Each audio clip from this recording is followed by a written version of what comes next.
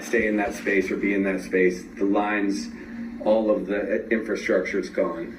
So we'll share extensive photos, and that will help, I think, people understand fully the full scope of the disaster that the mayor and the police chief and the fire chief have had to deal with. Plus, of course, the evacuation of thousands of visitors to find space, either, like was mentioned earlier, on planes or even to the convention center as was set up. But it's a profound change of landscape. Mahalo, I'm going to take you right here. I'm Jill Townsend with the New York Times.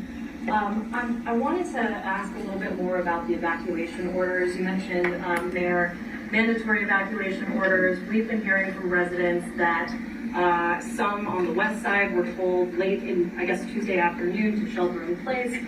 We've also heard that there was no emergency warning from early in the morning on that Tuesday to the afternoon. So I'm hoping somebody can kind of walk through in as much detail as possible when alerts went out, who they went to, what the thinking was to either tell people to shelter in place or to leave if they could, and yeah, just sort of what the thinking was, and if you do things a little differently now, or you know, just sort of what the timeline was. And that's been a source, I think, of a little bit of confusion just in our reporting. We've been hearing different things from different folks. I'm going to guess that the person you spoke to was a visitor.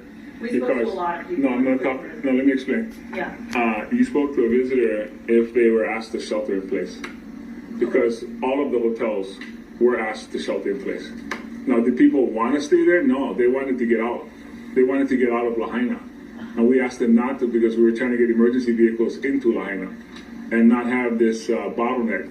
You couldn't get out, if you're familiar with Lahaina, you couldn't get out to go towards the Wailuku or go to the airport. That road was closed. There were 29 poles that fell on our roads. 29 of the power poles were down, and they were still energized.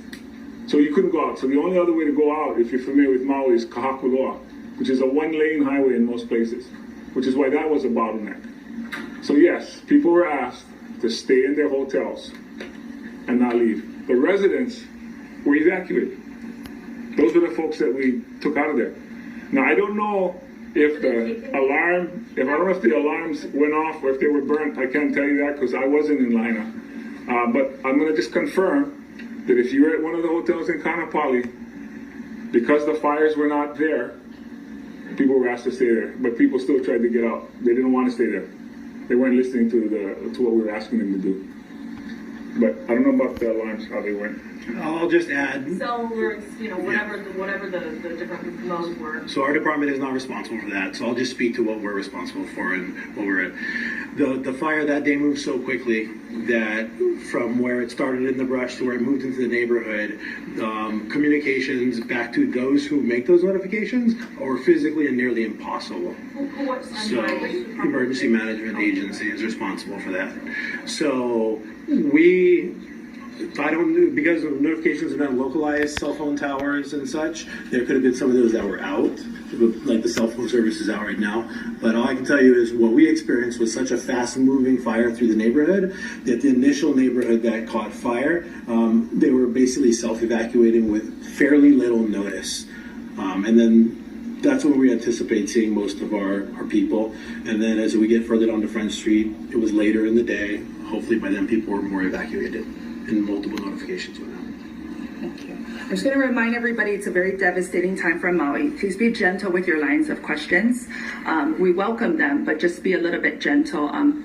Everybody up here, I don't believe has slept in the last 48 hours. So we just appreciate your kindness. One last question, and then if you did not get your questions answered, you are free to reach out directly to me. We will follow up. Post this interview this conference with a news release with digital assets that you folks can use. I think you two, I already asked, gave you a time. Stand by. Go for it. I'm Chimo Chen Johnson with Akaku, Maui Community Media.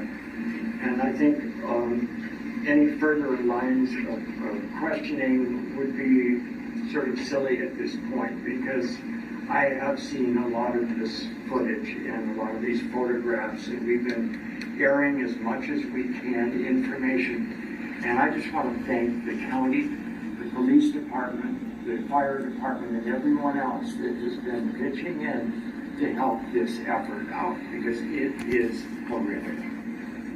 And my heart goes out to all of the people that have suffered way greater than anyone else.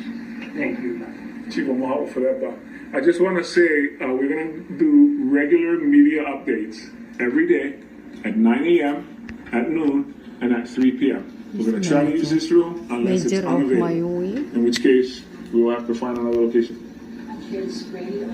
Oh, those would be the radios? Okay, sorry. We're going to update you on the radio at those times, 9 a.m., noon, and 3 p.m. Okay, I missed the radio part. The video, just out of curiosity. Say that again? I said, is there a reason we can't do a video? There's a lot of people that don't get the radio that are. Okay, that is an update of the Maui fires. One of the guests there bringing an update to us was Hawaii Governor Josh Green, who had said this is the largest natural disaster in state history. Loss of life standing right now at 53. That is expected to rise. And the mayor of Maui talking about the priority right now is West Maui and finding people, the recovery actually, who are victims or possibly injured still or killed, to give families closure, to give them that. That's going to be the first line of order there, of work there. And after that, then people who didn't actually lose their home can go back and, you know, see what happened to their home if they didn't lose it already. And the fire chief of Maui saying that these fires are not 100% out right now, and there's still the potential on the islands of Hawaii for these fires to expand. So they want to take everything, as they were talking about during this news conference, in a slow motion format, because of the fact that this is really a fluid situation, that the fact that this is just an assessment, a day after the craziness, if you will, the smoke is, barely dissipating. So And to your point, multiple fires, none of which are contained at all. Evacuations ongoing.